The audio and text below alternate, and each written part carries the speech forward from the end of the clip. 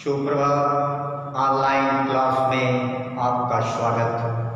Class 10 poem third the village song, जिसका कल हमने समरी और एक स्टैंजा का हिंदी रूपांतरण, हिंदी व्याख्या ने आपको बताई थी। आइए आज हम शेष स्टैंजा का अध्ययन करते हैं। The village song is a nature poem. As you are acquainted about it, the village song is written by Indian poetess Sarojini Naidu. Sarojini Naidu is known as a nature poet. Sarojini Naidu प्राकृतिक कवि हैं। उन्होंने प्रकृति का सजीव चित्रण इसमें किया है। कल आपने देखा कि इस पोयम में पुत्री और माता के बीच जो संवाद हो रहा है, माँ पुत्री को इसी भौतिक संसार में रहने के लिए प्रेरित करती है, लेकिन बच्ची इस संसार में रहना नहीं चाहती है।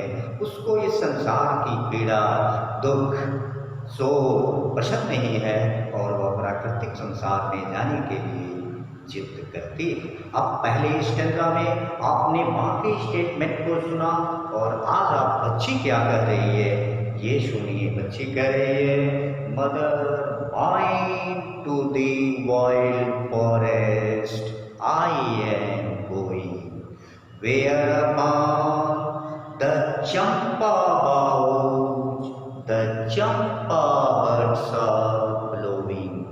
बच्ची कह रही है कि अरे माँ, मैं अपने सुंदर जंगलों के प्राकृतिक संसार में जा रही हूँ, जहाँ चंपा की पुष्प की टहनियों में चंपा की कलियां फूलों में विकसित हो रही। To the cool haunted river isles where lotus lilies glisten. Lotus lilies कुमुदनी कमल के पुष्प ग्लिसन चमक रहे हैं। आइल टापू, आइलैंड, रिवर आइल्स नदी के किनारे के टापू, हॉन्टेड मीन्स स्मरण कराना, याद कराना, जहाँ नदी के किनारे टापू पर खिले हुए सुंदर कमल के पुष्प और कोयल की आवाज मुझे बार बार याद आती है। The voices of the fairy folk are calling me, oh listen. अरे माँ सुनो, वह परियों की सुंदर आवाज मुझे बुला रही है।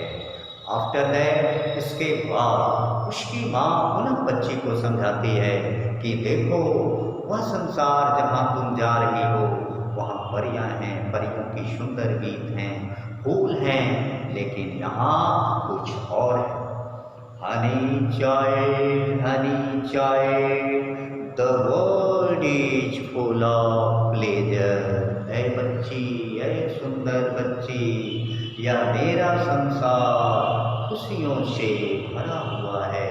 प्लेजर मीन्स खुशी, आनंद। Of bridal songs and cradle songs and sandal scented leisure।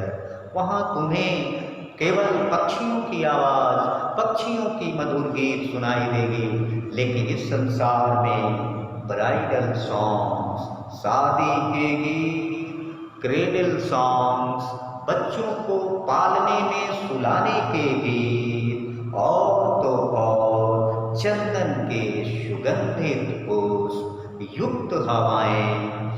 Your bridal robes are in the loom, silver and saffron glowing। Glowing means चमकदार, saffron means गुलाबी रंग के, silver means चांदी के जैसा सफेद, और ब्राइडल means शादी, robes means पोशाक। और तुम्हारी शादी की जोड़े जुलाहे के घर गुलाबी रंगों में सुनहरे चांदी के पट्टियों के साथ बुन रहे हैं।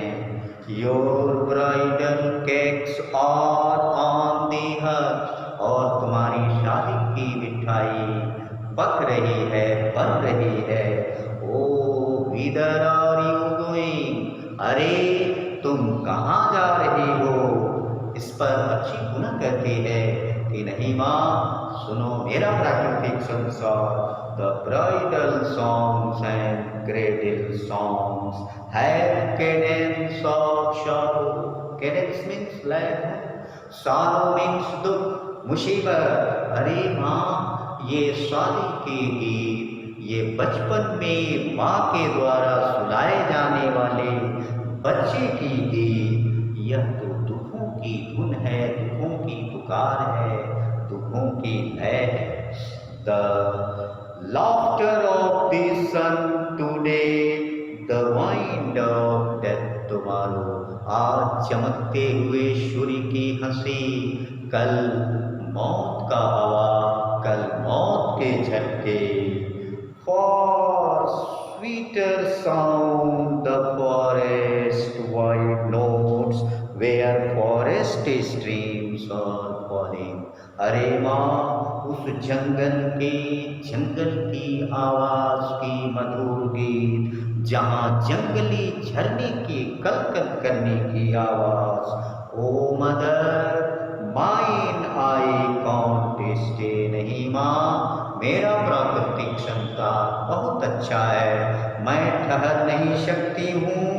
The fairy fog are calling, मुझे परियों की धुन बुला रही है।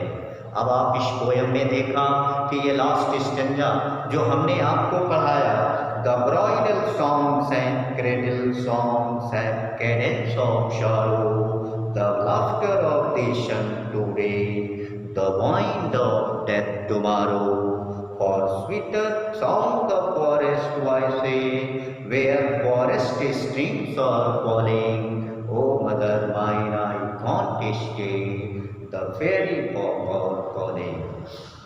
According to the daughter, how is the world? According to the daughter, how is the world? What do you find? The description of the world in this poem. You find that the child's world is far better than the world of his mother. Second question है, who are calling the child? बच्ची को कौन बुला रहा है? The fairy folk are calling the child. Now, the central idea of this poem, as you have seen, the village song is a beautiful pastoral folk song which is composed by Sarojini Naidu. In this poem, the mother tries to persuade her child to lead an ordinary and normal life. The child seems intent on living the physical world which is full of sorrow, pain and frustration. But the happy